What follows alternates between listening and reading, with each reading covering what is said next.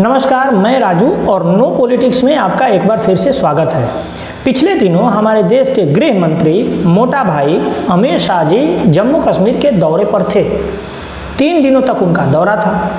इन 3 दिनों में उन्होंने तमाम वहाँ के नेताओं से मिले, अपने भी नेताओं से मिले और बाकी जो भी छोटे मोटे ग्राम पंचायत लेवल के नेता थे, पंच थे, उनसे वो मुलाकात की।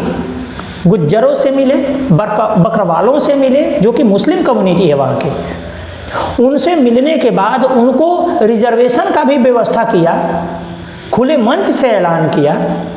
वहाँ पे शिया लोगों से मिले, सुन्नी लोगों से मिले, अकेले में मिले, सभा में मिले, सब जगह मिले। कश्मीर के बारामूला गए, राजौरी गए, ऐसे तमाम एरिया में गए जहाँ पर आतंकवाद से प्रभावित जो एरिया रहा हो और जहाँ के जो लड़के हैं वो काफ़ी रेडिकलाइज्ड रहे हों, वहाँ गए। इसमें किसी को कोई आपत्ति नहीं है। लेकिन आपत्ति तब हो जाती है जब आप उसी राज्य में जाते हैं और एक तबका जो कि वहाँ हमेशा प्रताड़ित करता रहता है वहाँ के माइनॉरिटीज़ को, और उसी प्रताड़ना के डर से लाखों लोगों की जान गई और लाखों लोग कश्मीर को छोड़ करके आज जम्मू में शरण लिए हुए हैं, जो शरणार्थी हिंदू है।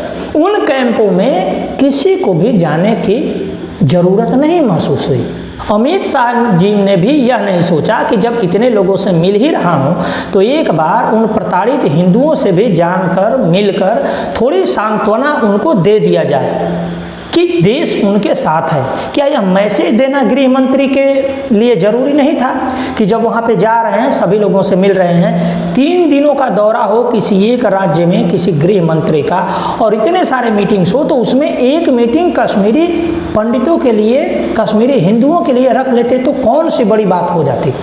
आपने भी गौर किया होगा कि जब भी हमारे देश की सरकारों को जम्मू कश्मीर में लोकतंत्र बहाली की बात आती है तब उन्हीं जिहादी समर्थक, आतंकवादी समर्थक नेताओं को बुलाकर उनसे वार्तालाप किया जाता है। चाहे वो मुफ्ती महबूबा हो या उमर फारूक हो या फारूक अब्दुल्ला हो या उनके उमर अब्दुल्ला हो या 2-4 महीने पहले बनी पार्टियां, सोहेल सूज वगैरह की पार्टियां हो, सबको बुलाया जाता है। लेकिन जो प्रताड़ित है वहाँ का, जिनको मार करके भगाया जाता है, जिनकी जिंदगी आज तकरीबन 30 वर्षों से उन्हीं कैंप्स में गुजर रही हो, उनसे मिलने की, उनको सांत्वना देने की, उनके पुनर्वास की किसी को भी कोई चिंता नहीं है। और जैसा कि आपको पता है कि पिछले दिनों कल विजयादशमी था, विजयादशमी का त्यौहार समाप्त हुआ तो सब जगह विसर्जन का कार्यक्रम चल रहा है और हर बार की भांति इस बार भी विसर्जन में वही कुछ शांति दूत पत्थर बरसाते हुए नजर आए। चाहे वो चले जाइए कर्नाटक के कोलार में चले जाइए या छत्तीसगढ़ में चले जाइए, वहाँ के कई जगह पर ऐसी घटनाएं आई। और दूसरी तरफ आप देखिए कि दिल्ली में आम आदमी पार्टी का एक नेता भरी सभा में पूरे खुले मंच से लोगों को मतलब कन्वर्जन करा रहा है और हमारे देवी देवताओं के बारे में क्या क्या बात कर रहा है, पहले उसको आप सुनिए। ब्रह्मा विष्णु और महेश को कभी ईश्वर नहीं मानूंगा, और ना ही उनकी पूजा करूंगा। मैं राम और कृष्ण को ईश्वर नहीं मानूंगा, और ना ही उनकी कभी पूजा करूंगा। मैं गौरी गणपति आदि हिंदू धर्म के किसी भी देवी देवताओं को नहीं मानूंगा और ना ही उनकी पूजा करूंगा। ईश्वर ने, इसमें आप सुन रहे होंगे कि वो नेता खड़े मंचों से मतलब हम इनको नहीं मानते, उनको नहीं मानते। इस पर यूएपीए के तहत भावनाओं को भड़काने का केस होना चाहिए, इसको तो तुरंत अरेस्ट करना चाहिए। और दूसरी तरफ इन्हीं भटके हुए लोगों को जब गृह वापसी, घर वापसी के लिए बारे में जब बात किया जाता है तो मोहन भागवत जी का ये बयान सामने आता है कि हमें किसी का भी धर्म परिवर्तन कराने की ज़रूरत नहीं है। भैया वो धर्म परिवर्तन नहीं है, घर वापसी है। यदि कोई हमारे घर से भटक कर दूसरे घर में चला जाता है तो उसे घर में वापस लाना भी हमारा ही काम है। लेकिन मोहन भागवत किस हिसाब से, किस नैतिक आधार पर ये कहते हैं कि सभी लोग यहाँ के रहने वाले हिंदू हैं और घर वापसी कराने का, धर्म परिवर्तन कराने की किसी को आवश्यकता नहीं है? क्यों आवश्यकता नहीं है भाई? वो तो रोज करा रहे हैं। अभी जो करवाया ये आम आदमी पार्टी के नेता ने, उनके बारे में तो आपके मुंह से एक शब्द नहीं निकला, और आप उल्टे उन्हीं लोगों को हतोत्साहित कर रहे हैं, उन्हीं लोगों पर कुठाराघात कर रहे हैं जो गाहे बिगाहे अपने प्रयत्नों से, जो भटके हुए लोग हैं उनको घर वापसी का न्योता देते हैं। उन्हें धीरे धीरे कुछ मात्रा में ही सही घर वापसी करा रहे हैं। ये तो हजारों की संख्या में धर्म परिवर्तन हो रहा है। बौद्ध तथाकथित नव बौद्ध बन रहे हैं या क्रिश्चियन मिशनरीज के चंगुल में जा रहे हैं। इनके बारे में तो आपने कभी भी एक शब्द नहीं बोला खुले मंचों से, और हर बार हिंदुओं को नसीहत देते फिरते।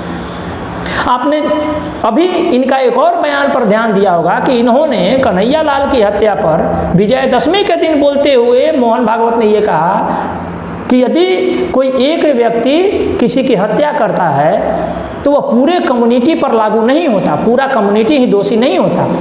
मैं मानता हूँ पूरा कम्युनिटी दोषी नहीं होता, लेकिन बहुत से उसके लोग हैं जो सिंपैथाइजर हैं, उसको सपोर्ट करने वाले हैं। आप सोशल मीडिया पर या वैसे भी आम जनजीवन में देख लीजिए, वैसे लोगों की संख्या बहुत ज़्यादा है। उनको आप क्या कहिएगा? बहुत सारे लोग उसको सपोर्ट कर रहे हैं जिन्होंने उदयपुर में कन्हैया लाल के गर्दनें काटी थी। आपके कहने के अनुसार यदि एक आदमी दोषी करता है तो पूरे कम्युनिटी को दोषी नहीं मानते हैं, ठीक है। लेकिन यदि गौ रक्षकों के साथ झड़प में यदि किसी मवेशी के तस्कर की, उस गुंडे की, उस जिहादी की जो मवेशियों का ज़बह करने के लिए ले जा रहा है, उसकी हत्या हो जाती है, उसका मर्डर हो जाता है, तो पूरे गौ रक्षक को आप लोग गुंडा कह देते हैं। चाहे आप हो, चाहे आप ही के वैचारिक गर्भ से पैदा हुआ हमारे देश का प्रधानमंत्री नरेंद्र मोदी हो, दोनों आदमी की एक ही भाषा होती है गौरक्षकों के लिए। गौरक्षकों को आप हमेशा अपने हाशिए पर लिए रहते हैं, लेकिन और दूसरे कम्युनिटी के बारे में बात आती है तो आपकी घिघी बन जाती है, आप उसको जस्टिफाई करने लगता है। मुझको लगता है कि जिस तरीके से 1922 ईस्वी में महात्मा गांधी जी ने मोपला नरसंहार को जस्टिफाई किया था, आप एक उसी तरीके के जो बिल्कुल उसी स्टाइल में किए गए उदयपुर के घटना को आप जस्टिफाई कर रहे हैं मोहन भागवत जी। और ऐसा नहीं है कि लोग अब आपके इन चीज़ों को देख करके कुछ रिएक्ट नहीं करेंगे, रिएक्शन होगा। आप इनको भी थोड़ा समझाइए। जो जेएनयू में एक हिंदू छात्र को जबरदस्ती उसके कनपट्टी पर बंदूक रख करके पाकिस्तान जिंदाबाद के नारे लगवाता है और ये भी कहता है कि तुम्हारी बहन को भी बुर्के में घुमाएंगे, इसको कौन समझाएगा? इसको भी तो समझाइए, कहिए कि भैया जब सेम डीएनए है तो ये सब क्यों कर रहे हो?